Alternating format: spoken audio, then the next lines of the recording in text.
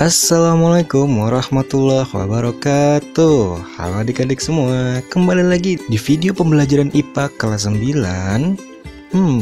Sebelumnya kita sudah belajar materi reproduksi aseksual pada tumbuhan, reproduksi seksual pada tumbuhan, kemudian terakhir reproduksi seksual pada hewan ya.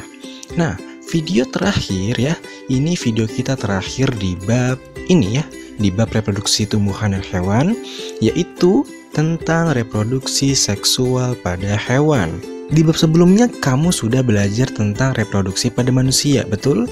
Nah, sistem reproduksi pada manusia ini salah satu contoh reproduksi seksual pada hewan. Loh, kenapa?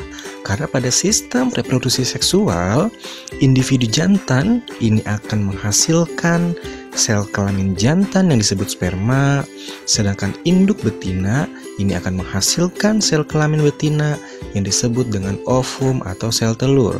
Yang selanjutnya akan diproses, sel sperma akan membuahi sel telur sehingga dihasilkan organisme yang baru. Nah, contoh pada katak dan ikan, individu jantan dan betina ini biasanya melepaskan sel-sel gamet mereka di dalam air, sehingga fertilisasi ini terjadi di dalam air. Nah, fertilisasi ini dikenal dengan fertilisasi eksternal karena pembuahannya di luar tubuh induknya. Nah, tapi kalau contoh misalnya pada hewan-hewan darat seperti kanguru, kelinci, dan lain-lain, individu jantan ini mengeluarkan sel-sel gamet ke dalam tubuh betina, sehingga fertilisasi berlangsung di dalam tubuh betina. Nah, fertilisasi ini dinamakan dengan fertilisasi internal. Jadi paham ya perbedaan antara fertilisasi eksternal dengan internal. Kalau eksternal, proses pembuahannya ada di luar tubuh induknya. Tapi kalau internal, proses pembuahannya ada di dalam tubuh induknya. Oke? Nah, pada bab ini kita akan mempelajari beberapa reproduksi seksual pada macam-macam hewan. Tapi sedikit saja, nggak semua hewan dong. Ntar videonya panjang.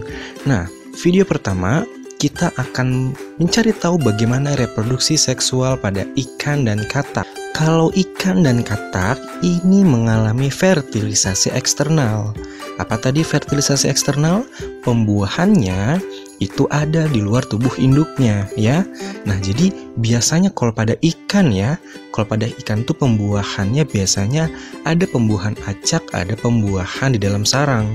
Maksudnya, kalau pembuahan acak itu sejumlah sperma dan ovum akan dilepaskan ke dalam air yang tenang. Selanjutnya, sperma akan membuahi ovum dengan sendirinya tanpa bantuan induknya. Tapi kalau pada pembuahan di dalam sarang, sperma dan ovum dilepaskan di dalam sarang yang sudah disengaja dibuat oleh hewan tersebut. Gitu. Nah, kalau kalian lihat video ini adalah proses bagaimana katak betina dan katak jantan sedang melakukan perkembangbiakan. Nah, coba lihat telur-telurnya. Ini adalah proses fertilisasi eksternal. Proses pembuahannya itu ada di luar tubuh induknya. Silakan simak videonya ya.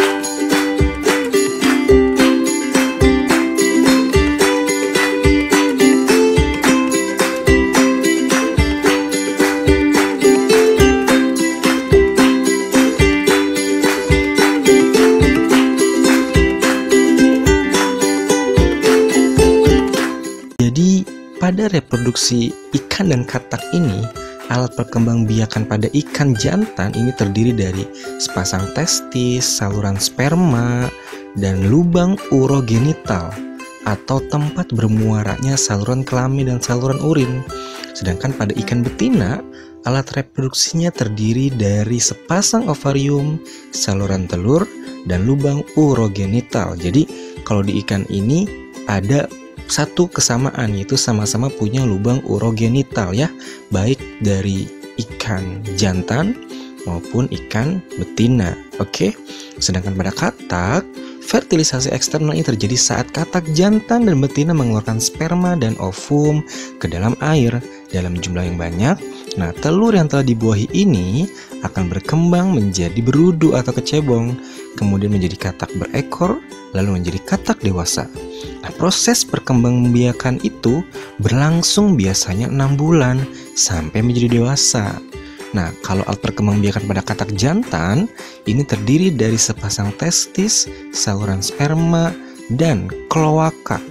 Kloaka ini muara dari saluran urin, pencernaan, dan saluran kelamin. Kemudian kalau katak betina ini terdiri dari sepasang ovarium, saluran telur atau oviduk, dan kloaka. Jadi sama kayak ikan ya. Tadi ikan punya satu kesamaan, sama-sama punya lubang urogenital. Kalau katak sama-sama punya kloaka. Oke? Nah, itu bagaimana proses singkat reproduksi pada katak dan ikan. Kita lanjut pada hewan berikutnya, yaitu reproduksi pada reptilia. Hewan-hewan reptil apa aja? Ada yang tahu? Nah, ayo. Ada buaya kan, ada ular, ada kadal, dan sebagainya. Nah, reptil ini melakukan perkembangbiakan secara kawin dan pembuahannya berlangsung di dalam tubuh induk betinanya atau refertilisasi internal. Seperti hewan darat lainnya, alat perkembangbiakan pada hewan jantan dan betinanya pasti terpisah. Alat perkembangbiakan reptil jantan terdiri dari sepasang testis, sepasang saluran sperma, kloaka, dan sepasang hemipenis yang fungsinya memasukkan spermatozoa ke dalam induk betinanya. Tapi kalau alat perkembangbiakan reptil betina ini terdiri dari sepasang ovarium, saluran telur, dan kloaka. Jadi nggak jauh beda sama tadi yang katak ya. Nah, kalau kalian lihat video ini adalah proses bagaimana 2 ekor buaya jantan betina sedang melakukan proses perkembangbiakan. Mereka sedang membuat keturunannya dengan cara seperti yang kalian lihat ini. Nah, begitulah proses reproduksi pada reptilia. Contohnya tadi adalah buaya. Kita lanjut pada reproduksi hewan berikutnya, yaitu reproduksi pada unggas. Unggas tahu dong, misalnya burung ya. Nah, kalau kalian lihat gambar ini, yang sebelah kiri adalah alat kelamin burung yang jantan, sedangkan yang sebelah kanan ini adalah alat kelamin burung betina atau organ-organ reproduksinya. Nah, sama seperti reptilia, unggas ini proses fertilisasinya berlangsung secara internal. Alat perkembangbiakan unggas jantan terdiri dari sepasang testis, saluran sperma, dan kloaka. Sedangkan alat perkembangbiakan unggas betina terdiri dari sepasang ovarium dan oviduk ya, seperti gambar. Ayo cari mana ovarium dan oviduk? Ya, pusing ya. No, ovarium yang atas ya. Kelihatan yang paling gambar kanan, yang paling atas. Nah, itu ovarium. Nah, di bawahnya, nah itu oviduk yang tulisannya OVD ya. Sepanjang itu namanya oviduk, oke? Nah, setelah terjadi fertilisasi di dalam tubuh induk betina, nanti zigot ini akan terbentuk dan berkembang menjadi embrio. Nah, embrio bersama cadangan makanan di dalam cangkang telur akan keluar dari tubuh induknya. Nanti telurnya akan dierami sampai menetas. Itu reproduksi pada unggas. Nah, kita coba lanjut reproduksi hewan berikutnya, yaitu reproduksi pada mamalia. Nah, contoh ini adalah tikus ya.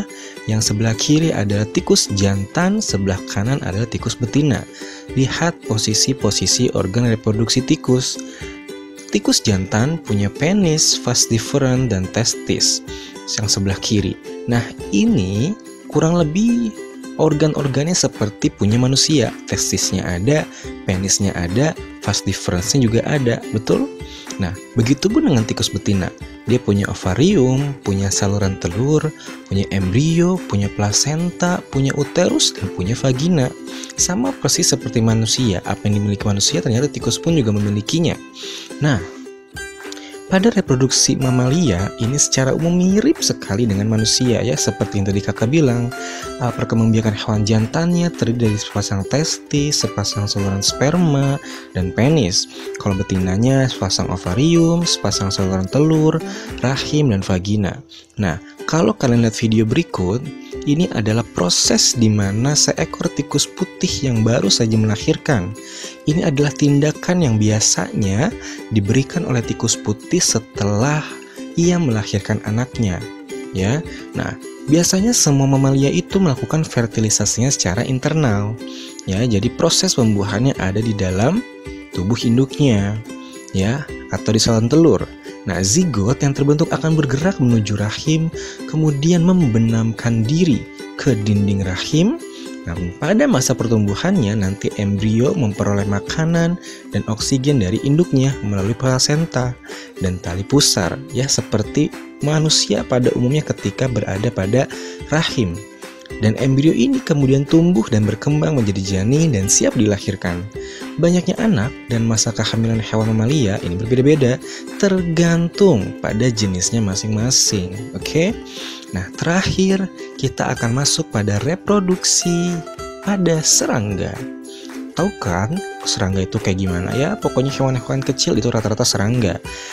Serangga ini adalah hewan terbanyak yang ada di alam. Serangga ini adalah hewan ovipar yang melakukan fertilisasi secara internal. Setelah telur dibuahi, telur akan diletakkan pada lingkungan sekitarnya tanpa diirami seperti di daun, ranting, batu, tanah, dan air. Api, loh, avatar dong. Enggak ya? Nah, pada perkembangan telur hingga menjadi serangga dewasa, serangga mengalami siklus atau daur hidup yang dinamakan dengan metamorfosis. Jadi metamorfosis ini nggak cuma buat kupu-kupu ya, tapi untuk semua serangga. Nah, contoh kalau kalian lihat ini adalah video bagaimana metamorfosis seekor ulat menjadi kupu-kupu. Ya, jadi siklus hidup kupu-kupu berawal dari sel-sel telur yang pecah menjadi larva. Kemudian larva yang sangat aktif ini yang dinamakan dengan ulat berubah menjadi pupa atau kepompong dan akhirnya menjadi kupu-kupu dewasa. Tahapan siklus hidup ini dinamakan dengan metamorfosis sempurna. Ya, jadi serangga seperti belalang, kepik, dan kecoa ini mereka nggak mengalami metamorfosis sempurna. Kenapa? Karena tidak mengalami tahapan larva dan pupa. Gitu. Jadi mereka disebut dengan metamorfosis tidak sempurna. Jadi yang sempurna kupu-kupunya, ya. Nah, belalang, kepik, dan kecoa yang menetas dari telur ini akan memiliki bentuk tubuh yang mirip sekali dengan induknya, tapi belum sempurna. Nah, makanya kan suka lihat kan ada hewan yang mirip banget dengan kecoa. Nah, ini sebenarnya anak kecoa sebenarnya. Jadi anak serangga ini akan mengalami beberapa kali pergantian kulit hingga menjadi dewasa. Seperti itu ya. Jadi begitulah proses reproduksi seksual pada hewan. Tadi kita sudah mempelajari reproduksi pada hewan ikan dan katak, kemudian pada reptilia, pada unggas, pada mamalia, dan yang terakhir pada serangga. Semoga di bab kali ini adik-adik sudah paham bagaimana proses reproduksi pada tumbuhan dan hewan. Sudah 4 video tentang reproduksi aseksual pada tumbuhan, reproduksi seksual pada tumbuhan, reproduksi aseksual pada hewan, dan terakhir ini adalah reproduksi seksual pada hewan. 4 video itu semoga bisa dipahami dengan baik.